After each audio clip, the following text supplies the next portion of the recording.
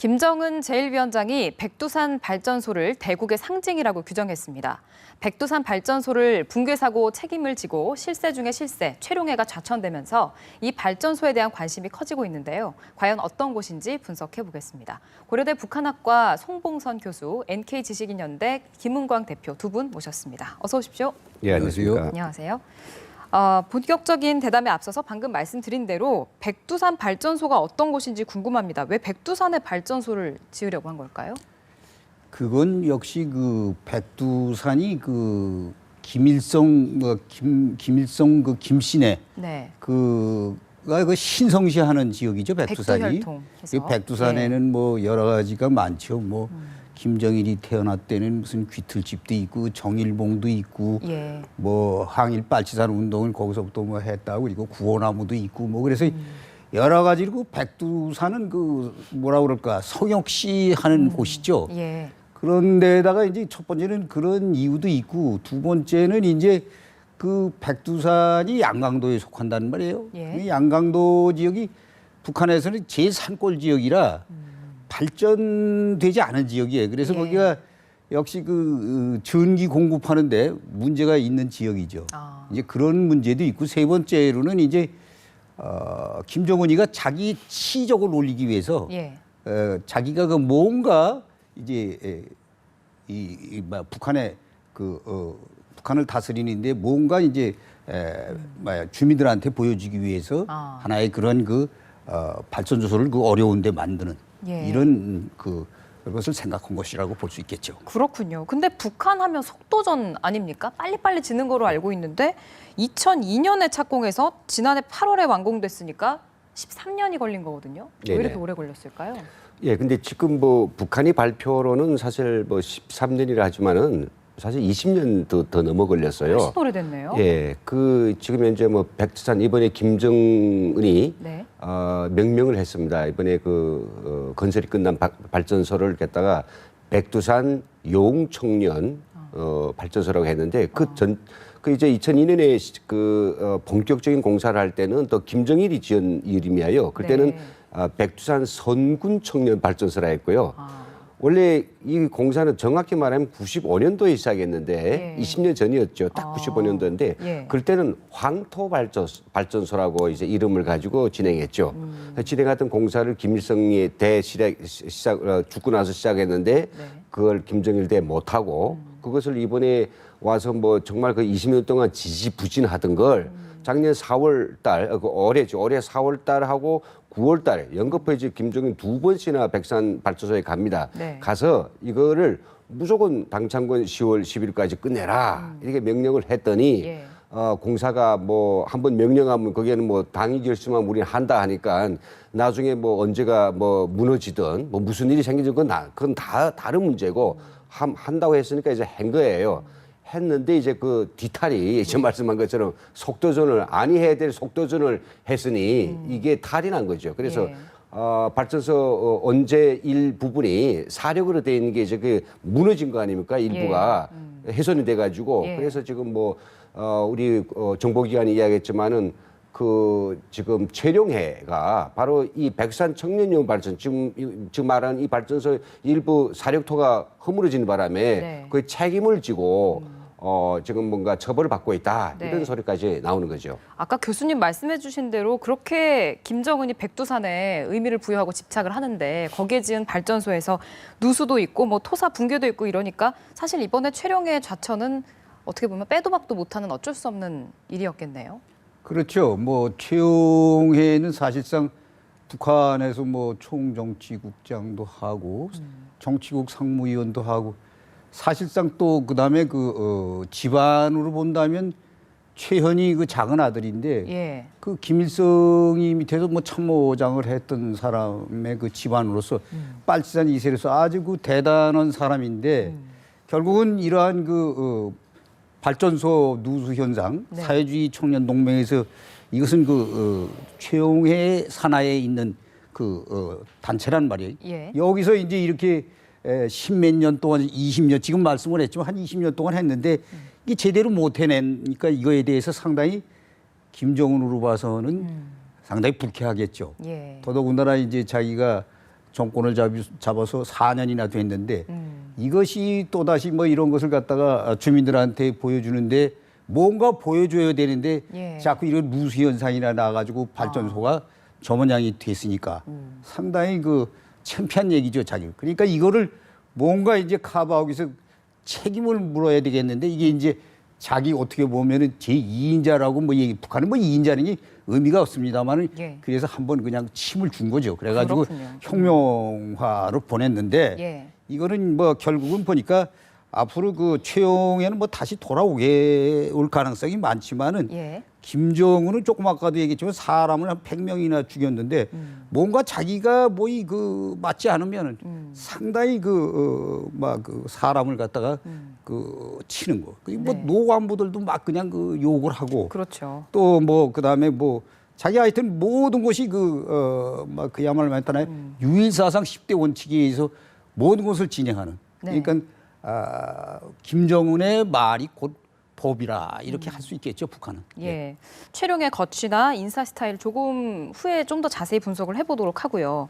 백두산 발전소에 김정은이 상당히 집착을 하고 있는 것 같고 게다가 청천강 지역에도 보면 지금 수력 발전소가 한 10곳 정도가 지어지고 있다 그러는데 네네. 발전소를 열심히 짓네요, 아주. 아니 요즘 짓는 게 아니고요. 네. 이 북한이 이제 전력 대란이 시작된 그렇죠. 게 식량 대란이 시작되었던 1990년도 초부터 시작되죠. 꾸준히 해왔던 거군요. 예, 그래서 95년도 이제 더는 북한 경제가 이제 완전 붕괴 입장에서 예. 뭐가 원인이냐 따져봤더니 저 철광석 그다음에 뭐 철광석이 없으니 또 뭐 기기가 안 되고 기계가 없으니 뭐 농사가 안 되고 농사 안 되니 전기 이렇게 자꾸 따져봤는데 결국은 뭐냐 전기였거든요. 그래서 이제 석탄 생산과 함께 전기를 어떻게 생산할까? 네. 그러니까 당장 뭐 화력 발전소에야 석탄이 안 되기 때문에 그러면 이 수차가 낮더라도 강을 따라서 이렇게 중소형 발전소를 짓자. 네. 그러면서 좀 큰 발전소는 청천강, 그다음에 희천, 그리고 백산 발전소 이런 큼직큼직한 몇 개 발전소들을 건설을 하게 됩니다. 하는데 이게 그냥 말처럼 쉽지 않단 말이죠. 예. 그래서 이제 결국 뭔가 이 건설한 방법은 우리 대한민국처럼 뭐 중장비 모든 건설 그런 그 기계가 와서 뭐 그냥 쭉쭉 하는 게 아니라 전부 다 사람이 인산인해로 그 등짐으로 흙을 지어가지고 사력토를 갖다 쌓아서 밟아서가 이렇게 쌓아 올린다는 거니까 시간이 일단은 많이 걸리고 네. 그리고 튼튼하지 못하고 근데 문제는 언제를 쌓는 게 문제인 게 아니라 그게 발전 설비가 문제고 발전 설비가 얼마나 효율성이 있느냐 이런 문제입니다. 네. 이번에 이제 북한이 백산 뭐 청년용 발전소를 만들었다고 김정일이 거기 가서 뭐 백두산 대국의 뭐 상징이라 했지만 백산 대국의 상징이 지금 전기를 생산 못하고 있단 말이죠. 예. 왜 못하느냐? 언제만 쌓았을 뿐. 겉만 이렇게 보면 발전소다 이런 거 있을 뿐이지 예. 그게 기기가 없어요. 발전기가 없습니다. 예. 왜 없느냐? 발전기가요. 지금 현재 한 5만 킬로와트 정도를 지금 생산 능력을 보고 있는데 5만 킬로와트 발전기를 들여가기 위해서 발전기의 회전축만 해도 이게 몇십 톤 됩니다. 네. 그래서 아까 화차가 100톤 이상짜리 있어야 되는데 철길이 없습니다. 그 발전소까지. 너무 이제 산세가 높으니까 예. 그러면 대한중기가 생산한다고 하더라도 언제 그걸 날아갈 것이며 날아가서 설치해서 전기를 생산 못하니까 그리고 또 둘째는 뭐냐면 생산된 전기를 갖다가 멀리 보내기 위해서는 이 전압을 이제 몇만 볼트로 올려야 되거든요. 네. 이거 변전소라고 그래요. 지금 눈 씻고 아무리 위성으로 그걸 찾아봐도 변전소가 없어요. 그러니까 이거는 언제만 떡 쌓아놓고 앉아서 발전소 만세를 부르겠죠. 왜? 김정은이 10월 10일까지 해라니까나 조선 사람들은 뭐 북한 사람들은 김정일 하나 무조건 한다라는 거 지금 전 세계 앞에 뻥을 치자니까 그런 걸 한 거죠. 그래서 전력량이 이렇게 형편이 없었군요. 예. 백두산 발전소 이야기를 해봤습니다. 김정은이 참 이렇게 신경을 쓰는 것 같은데 잘 안 되네요. 다시 최룡의 이야기로 돌아와서 아까 교수님께서 이제 돌아올 것이다, 복권을 할 것이다라고 전망을 해주셨습니다. 그 이야기를 조금 자세히 여쭤볼까요? 네. 아까도 말씀드렸습니다마는 이 사실 백두산 고전에 이제 백두산 발전소 얘기를 추가적으로 말씀드리면은 예. 북한이 절대적으로 지금 전력이 부족하죠. 우리가 지금 약 8천만 킬로와트 생산을 가지고 있는데 네. 북한은 700만 킬로와트란 말이에요. 우리 한 용량은 뭐 그렇게 캐패시티는 그렇다고 그러지만은 네. 북한의 발전소는 60%가 수력 발전소고 나머지 40%가 이제 화력 발전소인데 그리고 원자력 발전소나 가스 발전소는 아무것도 없습니다. 네. 그렇다 보니까 북한이 이제 앞으로 산업 생산이나 또 내년에 그 7차 당대회를 앞두고 무언가를 보여주어야 하는데 이게 이제 전기 생산을 해야 모든 게 이게 좀 해결이 된단 말이에요. 생산뿐만 아니라 외국인이 오면 이 전기불을 켜면 나갔다 들어왔다 하니까 지금 형편없이 그 북한의 지금 전기 사정이 안 좋은데 예. 그런 면에 있어서 이제 이 백두산 발전소에 김정은이가 이제 집착을 하고 그다음에 이제 최용해 관계는 최용해는 이제 과거에도 황해도당 비서 때도 이 친구가 그 혁명화에 가서 예. 고생을 하다가 왔죠. 예, 예. 그래서 이제 그런 것을 볼 때 특히 이제 집안이 상당히 좋고 최영의 부인이 이 김정은의 척 이설주하고 상당히 그 가깝다는 얘기가 있습니다. 그래서 이제 그런 것을 볼 때 아무래도 이제 불경죄로 해서 잠깐 좌천됐지만은 네. 막 빠른 시간 내에 아마 다시 오지 않을까. 최근에 와가지고 지난번에 그 숙청됐던 그 당 간부들이 예. 이제 혁명화 사업에 갔던 친구들이 다시 복구하는 그런 모습을 보이고 그랬죠. 있는데 이 친구도 이건 상당히 어떻게 보면 북한에서 굉장히 좋은 집안이고 특히 이제 예. 오진호 아들 오일정이도 요새 그 모습을 보이지 않는데 예. 이런 사람들이 대개 이제 잠시간 그 혁명화 사업에 보내서 고생 좀 하고 너희들 절대 복종하는 모습을 보여야만 네. 너희들은 다시 재등용한다 하는 아. 그런 것 때문에 이제 상당히 지금 어떻게 보면 기합을 주는 것이라고 볼 수 있겠죠. 그렇군요. 자기 안중에 이건 안 되겠다 하는 사람은 다 죽이는 거고. 네. 그렇지 않으면 이제 자기가 이제 교육 훈련을 시켜가지고 이거는 사상 전환을 조금 더 충성심을 강하게 만들어가지고 자기 활용하는 이런 식으로 이제 볼 수 있겠죠. 예. 그러니까 마원춘이나 한광상처럼 다시 돌아올 것이다. 예, 그렇죠. 예. 근데 이런 데 가면 그래도 좀 높은 사람이잖아요. 어떻게 네. 생활을 합니까, 실제로? 어디로 간가라고 하는 문제인데요. 네. 지금 알려진 바로는 상당히 이 낙폭을 높여서 아주 농촌이나 좀 애진 곳에 그냥 일반 어떤 농장원 내지는 노동자로 간 게 아니고 예. 적지 않게 지금 뭔가 혁명화를 위해서 김일성 고급당 학교에 가서 지금 6개월 동안 혁명화 공부를 하고 있는 것으로 나타나는 여러 가지 설들이 있습니다. 예. 그러니까 그 정도 가면 크게 어려울 건 없지만은 정말 맨 막바지에 낭떠러지에 가서 떨어졌다. 어느 농장원에 예전 네, 임삼사수로 그렇게 가면 그럼 그 생활은 정말 일반 거기에 노동자들보다는 좀 낫겠습니다만은 예. 그래도 그 생활은 말이 아니죠. 실제 일을 할 수도 있는 겁니까? 일을 해야죠. 예, 아. 일을 해야죠. 예. 제가 이제 저희 대학에 공산대학에 있었는데 저희 대학에 이제 몇 년도인지 모르겠습니다. 80년 후반이게요. 북한의 유도 선수가 예. 중국에서 경기를 끝내고 이 한국 여자하고 눈이 맞아가지고 여기에 탈북을 했어요. 예. 그를 간부 사업을 했던 중앙당 간부부 과장이 그 책임을 지고 저희 대학에 이제 일반 교원으로 내려왔는데 예. 딱 바뀌면 바로 그 사람이 과거에 뭘 했다 이건 상관이 없어요. 그냥 내려온 사람이니까 너나 나나 똑같은 사람이다. 그래가지고 이제 또 특별히 이 사람 혁명하라고 그래서 저희 부업농장에 가서 계속 농사를 하고 광경을 보니 네. 사람 이게 죄를 짓지 말아야 돼 이런 생각이 드는 거예요. 그렇군요. 그 사람도 통절하게 느꼈을 거란 말이에요. 내 이런 처지를 이런 평가를 보고 이런 취급받으니 예. 그러니까 이제 그런 것들이 바로 간부들이 길들이는 가장 확실한 방법인데 이번 어디 갔는지는 잘 모르겠습니다. 네. 그거를 알면 판단이 서죠. 그렇군요. 송 교수님 말씀대로 기합을 정말 확실하게 주네요. 김정은이 보면 민생 행보는 열심히 하는 것 같은데 주민들한테는 민생 행보를 하고 간부들한테는 좀 공포 정치를 하는 것 같습니다. 이거 어떻게 보십니까? 그렇죠. 이 김정은이가 집권 이후 경제적인 사정이 좀 좋아져야 되는데 일반적으로 평양 시인의 평양 지역은 상당히 좋아졌다고 보여져요. 네. 그런데 이제 지방은 역시 상당히 어려운데 이 당 간부들은 원래 이제 우리 김은광 대표가 잘 알겠지만은 아무래도 이제 지급하는 게 우선 여러 가지로 지급하는 게 훨씬 뭐 일반 주민보다 낫지만은 예. 그러나 이제 최근에 와서 간부들한테 가혹한 그 처벌과 숙청을 계속하고 있지만 그러나 이제 주민들에게는 한쪽으로는 자기가 뭐 하는 상당히 제네로우스한 관대한 지도자다. 예. 이런 거를 보여주기 위해서 여러 가지로 민생 활동을 많이 하는 것 같아요. 예. 지역으로 돌아다니면서 여러 가지